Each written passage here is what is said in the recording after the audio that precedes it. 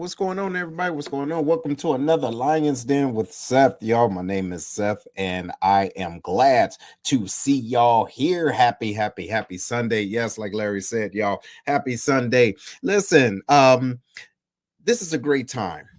Okay, the reason why I say this is a great time is because us on the Lions Den, we try to stimulate thought, action, leadership, growth, and development. And sometimes we have conversations that does just that. So I want to encourage you all, if you haven't done so already, smash the share button. Okay, hit the share button because you never know who may need this. And also let us know where you are right now. I don't care where you are, Yeah, type it in. Hey, this is where I'm at. Hashtag I'm in Alabama. Boom. What's going on? What's going on? No matter what it is or where you are, let us know that you're in the building. Of course, I could not do this without my fellas.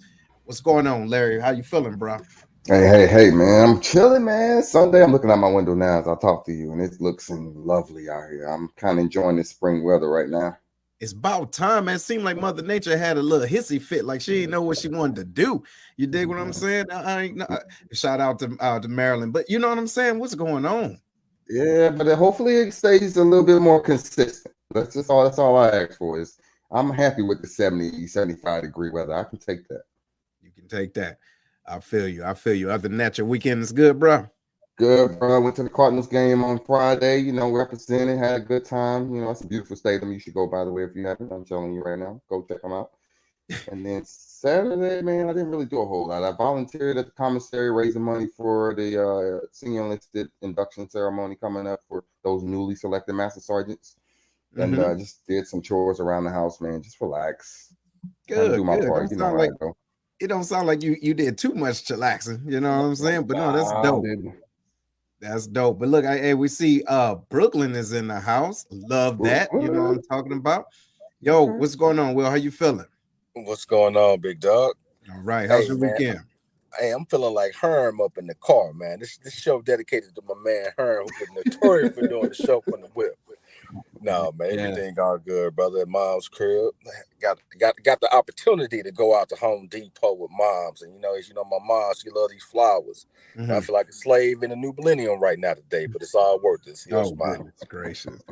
Oh man. Hey, well, listen, yo, and by the way, yes, Herm is not going to be on today. He had to take care of some business, but shout out to him, y'all. Y'all give him and his comrades, put them in your thoughts, right? But again, make sure you're sharing this, y'all. We appreciate y'all. But listen, this show, the title alone, okay, the title alone. Look at him. There you go. Listen, the title alone should get you to start thinking about what this show is going to be about. And you don't know, you might learn something. So, but anyway, before we go into the actual show, I want to introduce our guest, okay? Now, her name is Chandrika D. Phea, okay? I believe I said Phea or Phea.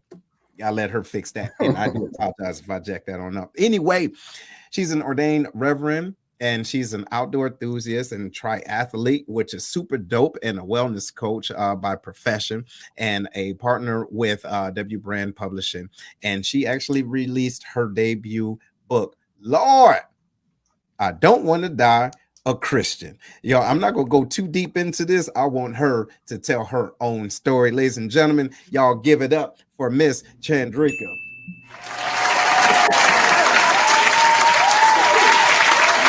There you go. How you feeling, ma'am? I am grateful. Thank you. And yes, you said it correctly the first time. Phea. Oh, see that? Yes. Look at that. Hey, what they say? Look at God. Look at God.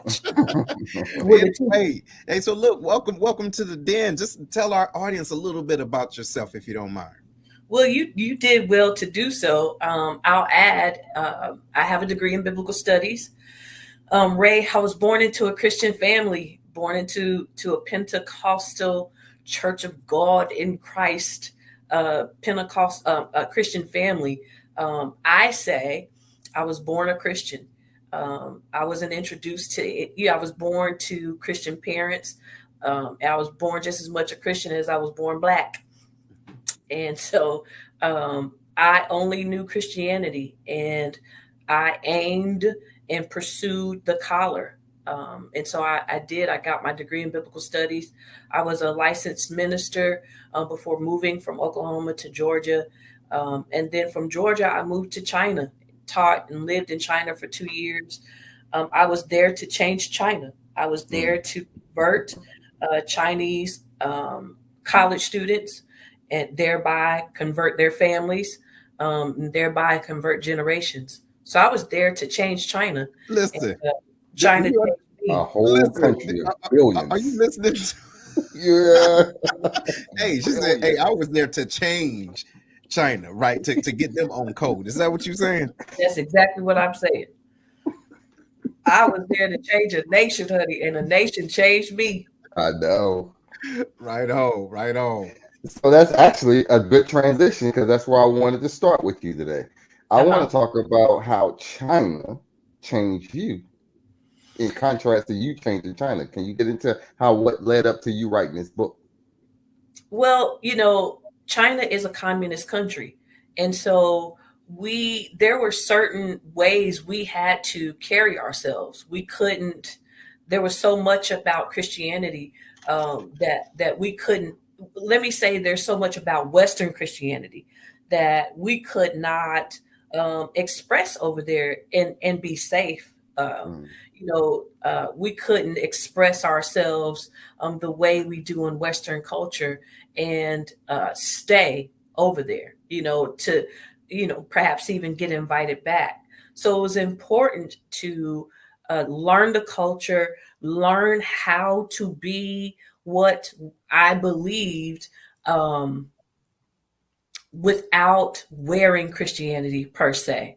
I couldn't park in the minister's parking space, and I couldn't go around wearing a collar. And something I used to do all the time before going to China, I carried my Bible everywhere I went, and it was always visible. And so I just was so committed to being known as a Christian, and I couldn't do that there, not and stay. So that began my journey. Who was I without all of what I can do over here? Who was I without church membership? Who was I without the role and the title of being a worship leader? Who was I without the role and the title of being outreach minister? The role and the title of praise and worship leader? None of that stuff existed over there. Who was I without the title of Christian? Who was I without saying, I go to so-and-so church, I'm a member, and my apostle is, and my bishop is? Who was I without all of those things? Goodness. Wow. Hold on, listen. Yeah, You ain't know. I ain't know. I didn't either. Hey, but I'm glad. Cheers. Right on. Oh, Jesus juice. But go ahead. I love it. But no, seriously, I think that is super, super dope. That is dope. That was the beginning of my journey. When I went over there, I was so sold to something so simple. I was sold to the crucifix I wore around my neck. I got a jacket made before I left, not to wear to China, but I was just continuously showing what I believed. So I had a jacket made, and on the back of it, it said, "God's got your back." I wore that. I took that with me to China, but it was attracting the wrong attention. The Chinese government assumes that because you come from Western culture, you're a Christian. And so, I guess they somehow measure your level of devotion, if you will. And I was showing it. I had my necklace on, and it was in my ears and on my clothes. And so the police followed me to the grocery store. They followed me to or check my trash can, and they tapped my phone. They checked my emails. And so if I was going to stay there, I had to figure out how to be what I believed without all of the things that the symbolism that showed what I believed. Wow, that's a mouthful. That's a challenging situation to be in. What's going on, Miss Lady? I'm so glad that you're here with us to chop it up and just kind of educate us on some things that we might not be familiar with. But I want to know from your experiences in China, did that have anything to do with some of the information and content that went into your book? Was that influential in any way? Of course, that was the beginning. Going to China, being away from the system that kept me believing what I had been taught. Uh, it was the beginning.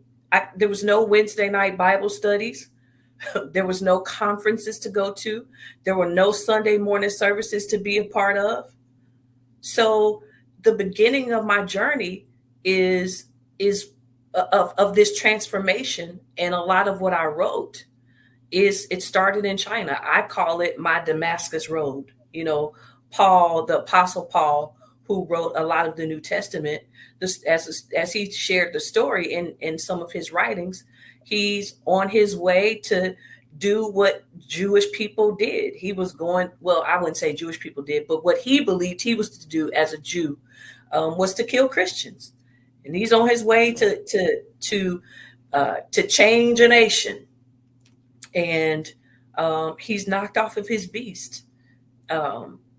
And he's on his way to Damascus, and he's knocked off his beast, and his life has changed from that moment. China was my Damascus Road. It was the beginning of my evolution. So yes, and thank you for that. And shout out to this question right here. This is a very, very good question. So what part what part of Christianity do you not believe today? Oh, so that's a broad question. I think the answer I can give, the biggest, I guess the most general answer I can give is I don't believe the part of Christianity that does not allow for curiosity.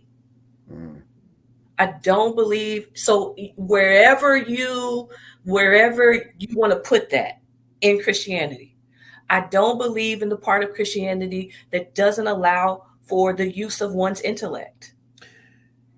I'm glad you said that, because there was times in my life when I would ask certain questions, right? And Larry alluded to this earlier on. But see, I don't know if Larry had this. People be wanting to fight you. Listen, I told you, look, it said it. So that settles it. It's in the Bible, doggone it. Don't ask no more questions. So I'm sitting there like, okay, so you want me to believe that A, B, C, and D? You get what I mean? Just willful believe, ignorant, right? But they say, well, you really don't believe. No, I don't, because it's not making sense to me. But then they get offended when it don't make sense. I'm asking you to talk to me because I want to learn. You get what I mean? Right. That's the part of Christianity I don't believe in. The part of Christianity I don't believe in is that of like I said, not being able to use one's intellect. Jesus, it is written of him to have said, love the Lord your God with all your heart, all your mind, and all your strength. And and that scripture goes on to love your neighbor as you love yourself. And so I don't know. I have never experienced Christianity or known of Christianity to allow for the use of intellectual expression. See. Okay. So I want to transition from when you left China and you came back to the United States, and what sparked you to write this book? And with the title of the book, you already knew it was going to catch some people and pretty much bring them in. It's like, what's this title? So I want to know what went into you actually journaling your time over in China, putting it in a book, and getting the response that you got. Because I don't know if you understand the real response that you got from people that felt just like you. Like, I'm not questioning God, I'm asking God questions. I like that phrase you coined. Can you speak and elaborate on that part? The inspiration behind the title, it really sincerely was a prayer. I was living in two realities. I had come back from China and I was back permanently. I was there 2 years. And I was going back to church as I knew it. I'm sure with the intention on going back into ministry. But I was having to take my time because I was struggling with culture shock. And so, but I was slowly going back to church, Black church. And then on top of that, Black Pentecostal church. Black Pentecostal church is another kind of expressive, charismatic people group. And so I was going back as a member, or not as a member, but just going back because it's what I knew to do. And I was struggling with some of the things I was hearing. I lived in China for 2 years and hadn't heard the devil. I lived in China 2 years and no one told me to or reminded me to pay my tithes. I lived in China 2 years and no one knocked on my door and said it was first Sunday. It was time. Wait, I'm sorry. I thought this was muted. My bad. I'm not being funny. I'm so serious. And so that those things, those traditions, or as Carlton Pearson likes to say, traditions, those were absent in my life for 2 years. And now it's back, it's present, and I'm struggling with culture shock. I'm struggling with the language that is being used. I haven't heard it for so long. And I have expanded as a person. I have expanded spiritually. And I'm trying to fit it in the same way of thinking that I left. So that is the reality I'm experiencing. And then Barack Obama is the president. And I'm also being made aware of white evangelical influences airing out their grievances about having a Black president. What? Yes. I'm talking about the major influences in white Christianity, which is normally referred to as evangelical. And so I was struggling with, I'm back in this reality. You know, it wasn't something I was dealing with in China. I'm back in this reality. And I remember watching, I was watching CNN where they showed a pastor inviting his grandson up to the pulpit to sing a racist song about having a Black president. Oh my God. And I got so frustrated. I turned the TV off. I stood to start cleaning my apartment. I walked over to my front door, pick up some shoes. And when I stood up, I exhaled, Lord, I don't want to die a Christian. So I didn't sit down to write a book. It was an exhale. It really was a prayer. And the next thing I heard was, that's a book. And then the next step I saw I was not planning on writing a book. It's not something I ever planned on doing. And so I appreciated the idea. I pressed into it with prayer. And I asked God, well, what am I supposed to write? And I believe I heard you've already started writing it. And so what it was is I was while I was there in China for 2 years, I was evolving and having these experiences, and I would email my family and friends, but I saved them. So the front part of my book is those journal entries. And then there are PSs to those entries, because when it's time to start writing the book, I'm realizing as I'm reading these journal entries, I am now different. So the PS is me looking back at myself going, oh, I wish I had done something different. Oh, this is so funny. I don't believe this anymore. You know, I talk about cursing, you know, and how, you know, at one point I thought that wasn't reflective of God. Now I'm thinking it's not that big of a deal. God is not mad or, you know, afraid of me cussing. And so, but I start off kind of very light, and then it gets heavier and heavier as we get to the end of the book. Well, look, hold on. Before I give it to Will, ladies and gentlemen, again, the book that she's talking about is Lord, I Don't Want to Die a Christian. And this is what we're going to do for y'all. Okay. This is a code. This is a giveaway code. All right. We're going to be giving away one of these books. All you have to do is put in the chat, #Lions. #Lions. Okay, so make sure you stick around so you can get in on this giveaway, so you could be a winner. You understand? To dive on deep into this, you dig? And I'm gonna do this again so y'all can remember. Go ahead, Will. Ma'am, I commend you on you sharing some of these experiences that you're having, and you bring up a really good point about how you were treated in China versus the United States. How do you in the U.S. deal with people, actually bad people that hide behind religion? How do you deal with individuals like that? Because you see them all the time.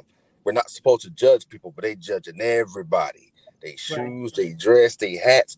How do you personally deal with people, and how can you teach others a better way to deal with people like that? I think there's no better way to teach someone but by doing. Doing and being an example of.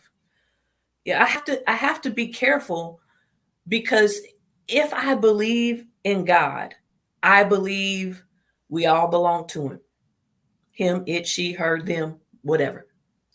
And so I have to, my job still is to love people. After reading my Bible, the second year in China, I read my Bible from Genesis to Revelation. I spent 2.5 months doing that. I closed the Bible. I closed the book very emotional. I was angry. I was happy that I finished.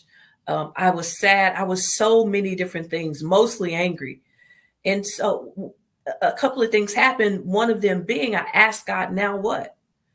And the answer I believe I heard was, can you just love me and love people? And so my job still is to love those who hide behind religion. And it's easy to do that when it was once me. So me carrying my Bible everywhere I went was me hiding. Me wearing the crucifix I wore was me hiding behind religion. Me as a member of a church, now this is my story, was me hiding behind religion. And so what was I hiding? I was hiding that I lacked identity. I was hiding that I did not know who I was, but I looked like I knew who I was. Doggone it. Hold on. Where's that? I told y'all I was going to get a bomb, but I didn't do it. I'm going to get it. Okay, please. Hurry up and get it. I'm going to hurry up and get it. But you know what? And I'm going to be real quick with this too, because it seemed as though when you got outside the frame, you could see the big picture, but you had to get outside the frame to see it. Yes. You dig? So kudos to you. All right, big Larry. So here's the question, man. All right, Sharita Shelby asks this question. Are you saying with a more diverse experience, it expanded your religious views, or are you saying you no longer have Christian views? Good question. I'm saying that my view and perspective of God and people will no longer be limited by religion. My religion, or the religion I was reared up in, is Christianity. I'm not going to another religion either. I think that all religions are a reflection of their questions. Yes. I want to repeat that. Go ahead. All religions, I think, are just a reflection of their questions. Hold on 1 minute. Boom. I'm with it, bro. I'm with it. Right on. But go ahead. So the thing is where am I going? That religion has questions, and this religion, we all have questions. And so I don't want my experience of God in life. I think I write this, but I'm saying it. Christianity limits my experience of God. I think God is bigger than what Christianity has to offer. I think God is bigger than what Judaism has to offer. God is bigger than what Hinduism has to offer. God is bigger than what Muslims have to offer. All of these religions are just a reflection of their questions, not a reflection of their answers, a reflection of their questions. So there's nothing wrong with curiosity either. Let's just put that out there. There's nothing wrong with asking questions. Right. It's nothing wrong with it. And the unfortunate part is that when you have those questions and you say you disagree, that's when people say, you're an atheist because you don't believe in God. No, what? No, that's not true. It's just I don't believe in the way you think. You know what I'm saying? Just because I don't believe in the way you think don't mean I'm going on a slippy slide straight to hell. What are you doing? You get what I'm saying? And then that's your thought that you're imposing on me. So my question is for you, how do you know when there's certain individuals that you cannot have those transparent conversations with? And what do you do when it's time for you to just stop talking? Stop talking. Just that simple. That's I don't have another answer. I just stop talking. You can discern when there's not a willingness to have a conversation. Just stop talking. And then, at some, and then there are some times though, where, some wisdom I have or is downloaded to me will shift the conversation. It'll, I don't want to say shut it down, but definitely shift the conversation. This is one of the things I write about, the word theology. It means the study of God. And then I also write Christianity studies of God. So if you study the Bible, you're studying their study of God, because the Bible did not exist when they were living. So the only thing they had to do was press into this idea of God, and they did it without confirmation. So when you come to me with scripture, I'm already shutting it down, because that's not your study. So when I ask you a question, I'm looking for your study, your experience. Not what John said, not what Paul wrote, not what David said, not what Moses went through, not Jeremiah said, the book of Jeremiah, and this scripture and that scripture. What is your experience? And when you start asking other people what their experience is, and they don't have one, then what are we talking about then? There we go. And it's feared, right? Because it's also regurgitation of information that they know, but they lack the wisdom of being able to see how it has been implemented in their own life, if they have been open enough to experience that for themselves. I think the wisdom that is lacking is not that the scripture they're reading being implemented in their life. The wisdom that is lacked is that it was never for you to implement that scripture in your life. Damn. It was always for you to have your own experience. What if they did not write? There are people who had experiences of God that didn't write. That's right. Mm-hmm. Okay, so here, hold that thought. That's still happening today. Everybody's not writing down their experience of God or people or life. Okay, hold that. Ladies and gentlemen, look here, we got to take a break, okay? Because, hey, we you almost need to, okay? But don't forget, if you do want the book, if you want a copy of the book, ladies and gentlemen, please make sure that you put in the chat, #Lions. #Lions, y'all. This is an outstanding show. And I mean, this is really an opportunity for you to ask yourself questions. You get what I'm saying? Like, we're not here to change your mind on anything. Like, hey, you silly if you going to church 50 times a day. That's your business. You get what I'm saying? But experience God yourself. With that being said, y'all, make sure you hit the share button and you letting everybody know that you're in the best place in the world here in the Lion's Den. And we will be right back. Monique Slater is a top negotiating, award-winning real estate agent in San Antonio, Texas. Her focus is on educating and empowering individuals on building general wealth through homeownership while providing exponential service with integrity and excellence. Although her heart is for serving first-time homeowners and the military community, her clientele ranges from $100,000 to $2.5 million. Monique has developed an awesome team that can get anyone into a home and has sold homes in less than 6 hours. After servicing the Air Force for over 28 years, Retired Chief Slater has a massive network, so she can connect you with an awesome agent anywhere in the U.S. And if you're in San Antonio or relocating there, give Monique a call first to help you find your dream home. Give Monique a call at 210-237-7268. One thing we can cherish during these times is family dinners. Think about it. The nice, succulent southern fried chicken, baked beans cooked to perfection, creamy macaroni and cheese, cornbread. You get the point. Come check out Kevlar's Grill, where all the meals are cooked with perfection, professionalism, and love. Located outside the Scott Air Force Base back gate inside the VFW is where you can find them. Also, they have military discount for all of our serving members. Give them a call. Their number is 618-416-5700, and that's inside Scott VFW, post 4183. And they also have Grubhub. Call them now and tell them that the Lion's Den sent you.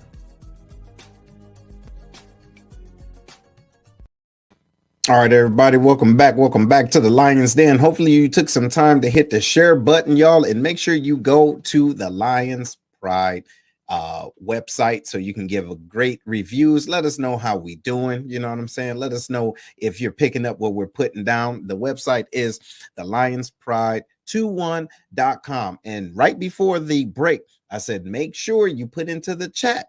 If you want this book, make sure you put into the chat #Lions. Okay, #Lions. And if you just need a reminder, the #1 team in the NFL. Right on. And ladies and gentlemen, we're getting ready. Hey, I don't care. I think I see Larry in the back and everybody rolling their head. Who cares? You understand? Nevertheless, we're back with the Lions Den, y'all. Hey, Larry, man, what you think about the show thus far, man? Hey, man, you #1 in draft picks. That's about it. Don't try to skip over that. Hold on. I think something wrong with your connection. I love the show, though. I am a gamer for transparent, deep conversations, especially when we talk about religion, because that's always iffy. You know, it's like politics and race and all those topics, but I love it. Yeah. I think it's open, and I think everybody is pretty much receptive to it. It's not like we're challenging it. We're just saying, hey, have you ever thought about this? That's it. Will, what you think, man? Man, anytime you can have somebody to come on and keep it 100, especially talking about religion, it's always going to be a great conversation, especially in this circle. And we're about to bring it the second half of the show. Oh, yeah, most definitely. And look, shout out to everybody that's giving y'all comments, y'all. Hey, and they're just coming through. So we do appreciate that. And yes, very, very good questions. Very good questions and good comments, y'all. We do appreciate that. And so this is going to be one of the first questions, right? Chandrika, would like her to touch on. What is your belief on sin? Okay. Is it something that you get from the Bible, or do we decide for ourselves what the quote unquote sins are? Ladies and gentlemen, y'all give it back up for Miss Chandrika.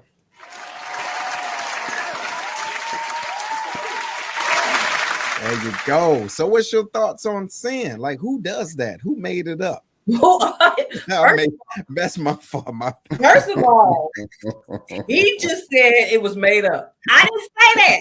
Yes, don't put it on her, right? I'll take that. But go ahead. What you think?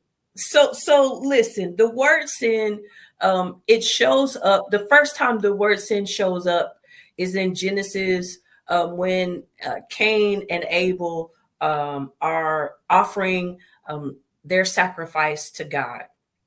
And one brother is upset with the other based on his thought that God is not pleased with his offering. And so God says, according to the narrative, God says, sin lieth at the door. The word sin means to offend. It means offense. We were taught that Adam and Eve sinned when they ate of the tree of the knowledge of good and evil. But Moses does not write that Adam and Eve sinned. Moses does not write or use the word sin as it relates to their quote unquote disobedience. So I kind of wanted to answer the question first from a technical standpoint, or as people would say, a theological standpoint. I hate using that word. But just be mindful that the word sin is not used. First of all, it means offense, to offend, but it is not used as it relates to Adam and Eve eating of the tree of the knowledge of good and evil. So people, it's been taught that the reason Adam and Eve were put out of the garden is because they sinned against God. So I asked the question, when realizing when the word sin was used, who was offended by Adam and Eve? Because the word offended is not used when they ate of the tree of the knowledge of good and evil. So one of the ways I answer the question is by asking a question. Who was offended? What if God was not offended by what Adam and Eve did? What if being offended is a choice? Hold on. There it is. What if? Because that's the thing. You know, you said something that made a lot of sense. We determine what offends us. Yes. We determine. You cannot determine what offends me because of who I am. I said, let me stop. Go ahead, Will. So I want to finish, if y'all don't mind, though. I want to finish. Yes. I want to finish that my answer. So that is the technical answer I have. Okay. I kind of want to put the whole idea to bed, though, by offering Moses. The book of Genesis is which mentions sin first. The book of Genesis, and let me go further to say that the most popular Bible sold today is the King James Version of the Bible. Most of us who were raised in church were raised listening to, reading, or hearing that Bible, hearing from that Bible, okay? So in that Bible, the first book is Genesis. In the book of Genesis, the first time the word sin is used is in the story of Cain and Abel. Cain is in this story, Abel is in this story, Adam is in this story, Eve is in this story. The person who wrote the book is not in the story. In other words, the person who is writing the story of Adam and Eve was not there.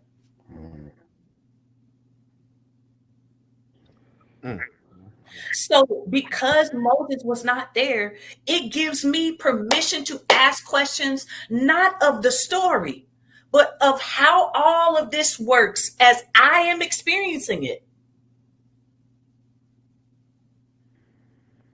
How does life work as I am experiencing it? How is all of this created as I am experiencing it? What is my purpose as I am experiencing it? How are people born as I am experiencing it? What is going on with space as I am experiencing it? What is going on with nature as I am experiencing it? My hypothesis is maybe Moses was somewhere one day and asked God, what is all of this really about? And then he writes this story. But what we don't see in the most popular book sold, the one that is in the bench on the back of your pew, is the King James Version. And what you don't see in that version is Adam and Eve telling their story. You don't see in that version Cain and Abel telling their own story. And in the day of narrative ownership, I want to tell my own story. I want to get ahead of it and own my story. We are so quick to read and study and preach and orate on someone else's story. So here you are orating on a story that someone else orated on. Moses writes the story of someone else, and you preaching the story that Moses wrote about somebody else. How far can I go? Keep going. No further than that. Keep going on that. Oh. There's this quote that, and I write about this too, and I can't remember all of it, but it talks about some of the things you should be aware of when you're reading a story. And one of them is who was there or who's not there. And so I'm reading this book from Genesis chapter 1 to the last chapter, and reading Genesis chapter 1, 2, and 3, where the world is formed and it's without void and darkness covered the face of the deep. And God looked at it and said, let there be light, and there wasn't. And he said, let's create man in his image and his likeness. And the likeness of men, he created them both male and female. And then he said, it's not good for man to be alone. And he put him to sleep. And then he took from the man's rib and made a woman. And when they woke up, there was a man and there was a woman. And then they had it. And he's telling somebody else's story. He's not there. He's not there witnessing any of this. Do you know what you hit on is us as people, we think in a realm of logic. And in a church setting, when you speak in logic, people are very oppositional and get very angry, like you're speaking against fact. But if we're made in his image, that means he has a sense of humor, he has curiosity, he has questions. So when you ask very logical questions, you're met with opposition, that turns you off to whatever location that you're at, whether it's a church, whether it's online, whatever have you, if you're not open to answer these questions. Because we all interpret the Bible different ways. We can read the same verse and everybody get a different perspective. Why won't we talk about things like that? Because I'm big on, you weren't there, how can you tell me what happened? It doesn't make sense. So you know what, that makes a lot of sense. So I want to throw this out here. This from Miss Lily Wilson. She says, is that not true of any oral tradition that gets passed down? All right, that is how history works. All right, it's the same as us not experiencing our history, i.e. slavery, but still feeling the effects. It creates a backdrop that you explore for yourself and see how you are impacted. What are your thoughts on that? Or I want to add to it, or to see if you're impacted at all. Because it's funny you say that, because there's times when individuals take on, right, they take on the woes, if you will, of someone else, and it didn't have anything to do with you because it wasn't yours to do. Damn it. So one of my favorite examples of that is that David is the author, if you will, of the book of Psalm. And just in case someone is listening that doesn't know who that is, David fought the giant Goliath, and slingshot hit him in the head, killed the giant. That's the story. David was a cheater, and he took somebody's wife, and just a lot of things. So if any of those stories sound familiar, that's what I'm talking about. David was the shepherd. He was a shepherd of sheep and was then anointed king, even as a young man, and had to go through the process. He didn't, just because he was anointed king as a young man didn't mean that he took the throne, but he was anointed to be a future king. And so all of those things, well, David is known to have said, I was born in sin, shaped in iniquity.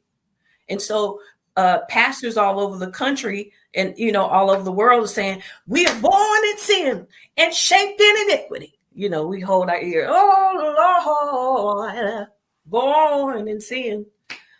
But the verse says, I was born in sin. He's telling his own story. So Christianity has built an entire religion on selling sin using that verse. But he's speaking for himself. He didn't say we, he said he. So that's permission for me to then ask questions about my own birth, about my own life, about where I come from, where I'm going, my existence, and my trying to figure out my existence is not predicated on what he said about his life.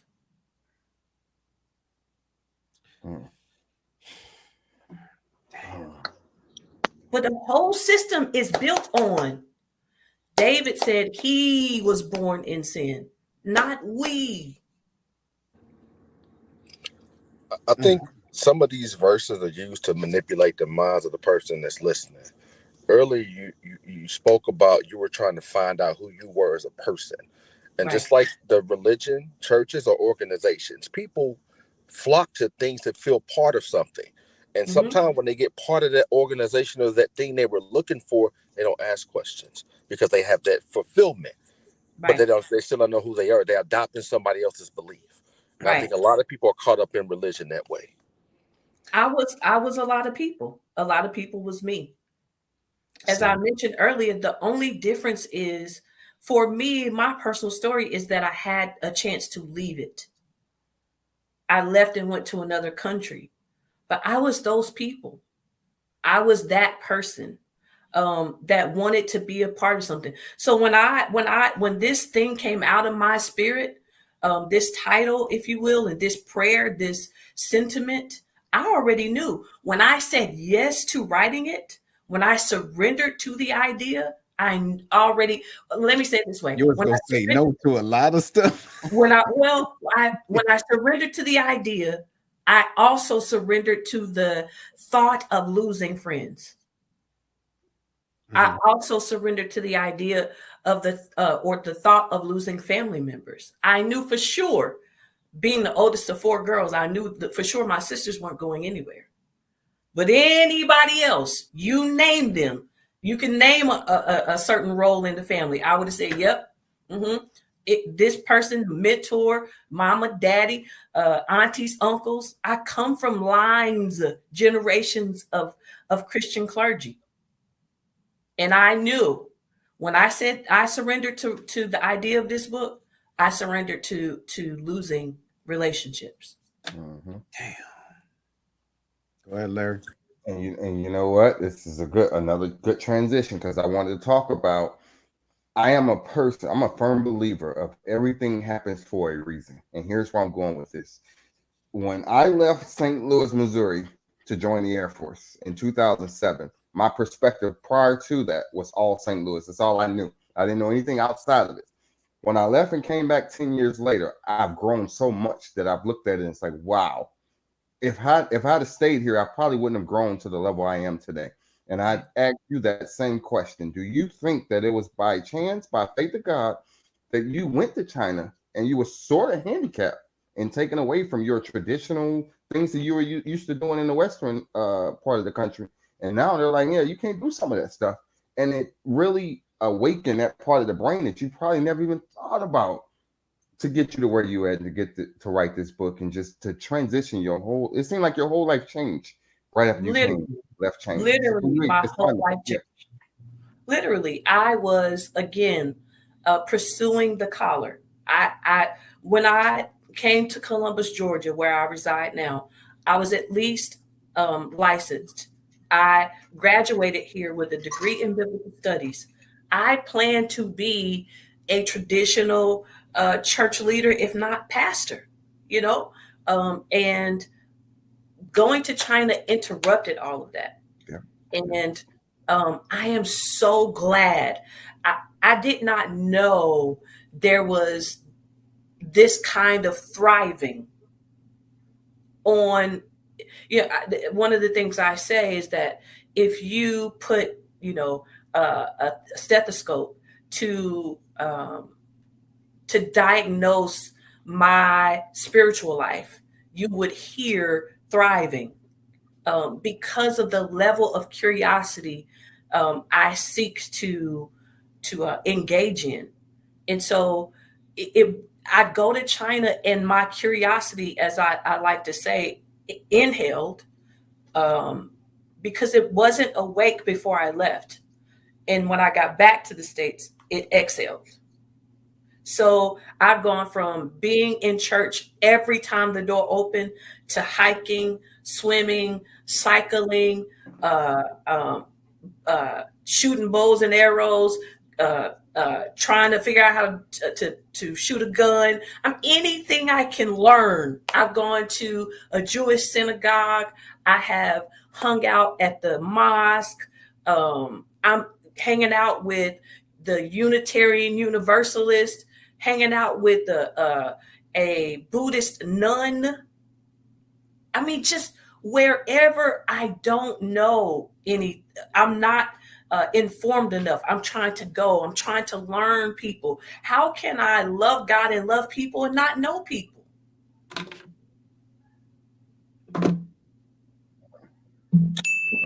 There it is. That's the pathway of not judging people. Dang it. You see. Okay, go ahead. I want you to get your thought. Go ahead. That's it. And so I have to put myself in the way of all kinds of different people. When I came back from China, I looked for an apartment in a community small enough that I could actually learn and know my neighbors. The thing about loving God and loving people is I couldn't be a Christian and do that. How do I love people and be a Christian too? You can't do it. I know I can't. Because for me, what comes with Christianity is converting. That's a part of the assignment. That's a part of accepting the title is converting. Well, then I would be building relationships based on the opportunity to convert. That to me is loving with an agenda, which is actually not love. Yep, that's conditional. Right. So how do I love people and be a Christian? So the best way to love people is just not be a Christian. You know what? So listen, before you go into it, Jesus, you heard it. Listen, so here it is. All right. So here's a question or a statement. Religious experiences hurt relationships with God. True relationships with God transforms us. Shout out. That's dope. Sharita says, perhaps your travel was to create your ultimate testimony, and perhaps it will propel to do God's work in the less quote unquote religious way, but just serving God. And I do agree with that. What are your thoughts about that? Like, do you feel as though you are doing more of God's work without a dogma attached to it? What are your thoughts about that? I feel like I am being more of who I am. There we go. There's a lot of, and we don't mean any harm. There's a lot of jargon, and I hate to use that word because I know there's no harm in it, but there's a lot of jargon that comes with, again, Western Christianity, and also Black Christianity. I have questions about serving God. The words itself. I don't know that God asked me to serve him. Y'all come back on this screen. No, I don't think you want to see my face. You got it. The verse says, love God and love your neighbor. And so we've been called, I think, to serve each other. And so what I am doing is becoming the best version of the expression of God's love as best as possible, so that when I am encountered, people experience love. That's it. That's what I'm trying to do. I'm not trying to serve God. I'm trying to express God. So, real quick, for those of y'all that are interested in this book, Lord, I don't want to die a Christian. We're going to take some time and introduce this giveaway. If you haven't done so already, make sure you put in #Lions, #Lions, okay? And just as a reminder for those of you that don't know how to spell it, here it is, #LIONS. Can you dig it? Okay. We're getting ready to do this. Getting ready to do this giveaway. You ready? Here, Betty, let me do some background music. Okay. Wait, I can't do that because we might get shut off. All right. Lord, okay. Yeah, I know. I was getting ready to. Boom. Let's see who we got. Oop. Oh, Herb. All right. Herb don't read. go. There you go. Look, it was rigged, y'all. He did it. He got on purpose. But no, so I'll make sure I get that book out for him. But ladies and gentlemen, so big Larry, man, what you think, man, for your final word, brother? Hey, final word, man, Miss Chandrika. Thank you for taking your time to come out and just be open and transparent with us. I know this is like one of those subjects that's touchy, right? And I think we served a purpose today. It's not so much as we're trying to challenge your thinking or anything like that. It's just saying if you have questions, express those questions. There's material out there that can kind of help guide you along those ways, because you're not the only one with them.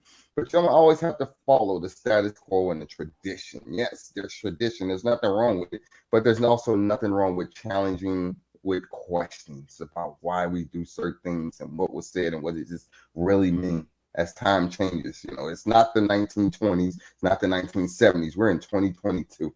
Our experiences are all different, and there's nothing wrong with that. Overall, thank you, man. I appreciate you, and you've been, I'm telling you, I've had a good time today. Thank you. Right on. Go ahead, Larry. I was gonna say her. My fault. Hey, that's that Jesus juice over there. I see you, boy. But hey, ma'am, I want to thank you for your strength and your courage, because you're able to walk in your purpose and who you're supposed to be, and it costs you some relationships, but just know that it's for a reason. And sometimes that things are happening for us to lift us where we need to be. So I commend you on that. Keep doing what you're doing, because you're going to help a lot of people with this approach. A lot of people, traditionally, it does not connect with people that are curious about religion because of the way that it's communicated. So I can say I appreciate you for your style, I'm going to say, and I'm not going to say transparency for keeping it real, because you got to keep it 100 when you talk about religion, or else you're going to lose your audience. So thank you for doing that. I look forward to seeing you back on the show again, so we get into this book a little bit more, because we didn't talk about it like I wanted to. So I look forward to you coming back for part 2, then let's get it in. But thank you again for coming on. Yes, ma'am. Yes, ma'am. Okay, so yes, thank you. And so what I would like to do, ma'am, is give you an opportunity to speak to the audience. Anything that you would like them to know about you as an individual. You got a minute to do it. Go ahead. The floor is yours. Listen, I'm growing. I am, and more so growing out of to be revealed to myself.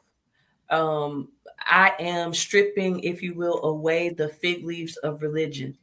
I don't know if I agree with the young lady who just posed her sentiment about genuine Christianity. I don't know if there's a such thing.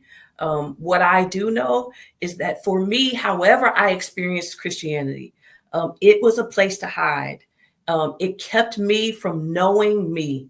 And I believe if I'm going to be the light of the world, as Jesus talks about, then I have to know what that light is. I have to know what it's made of. I have to know how it is to shine.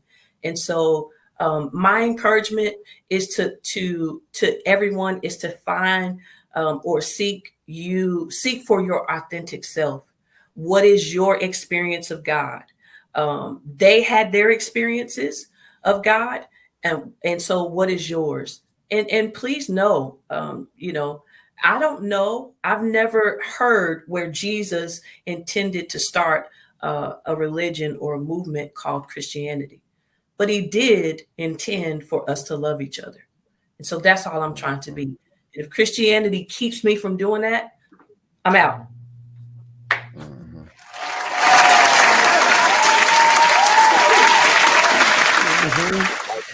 So yes, and I have to find a sound for that too, right? To drop the mic. It might sound crazy, but y'all can dig it. So, ladies and gentlemen, hopefully you enjoyed this show. Shout out to y'all for sticking around and getting this. And don't get me wrong, I do understand that there's some things that people may not understand, may not like, but it is so important for us to talk to each other. That's right. You get what I mean? All we have to do is talk to each other and be willing to say, hey, I have my thoughts and I have my beliefs, but I am curious to hear yours, because ultimately in my mind, God is in all of us. It's just our, not necessarily perception of him, but our awareness of where he is in our lives, right? And then so when individuals are able to share that love, that's a representation of God that's right next to you. So I encourage you to go out there, be a great neighbor. You dig what I'm saying? And stop acting funny style, right? And judging folks. And y'all make sure y'all have a great week. And we'll see y'all soon. Right on. Right on. Let's go.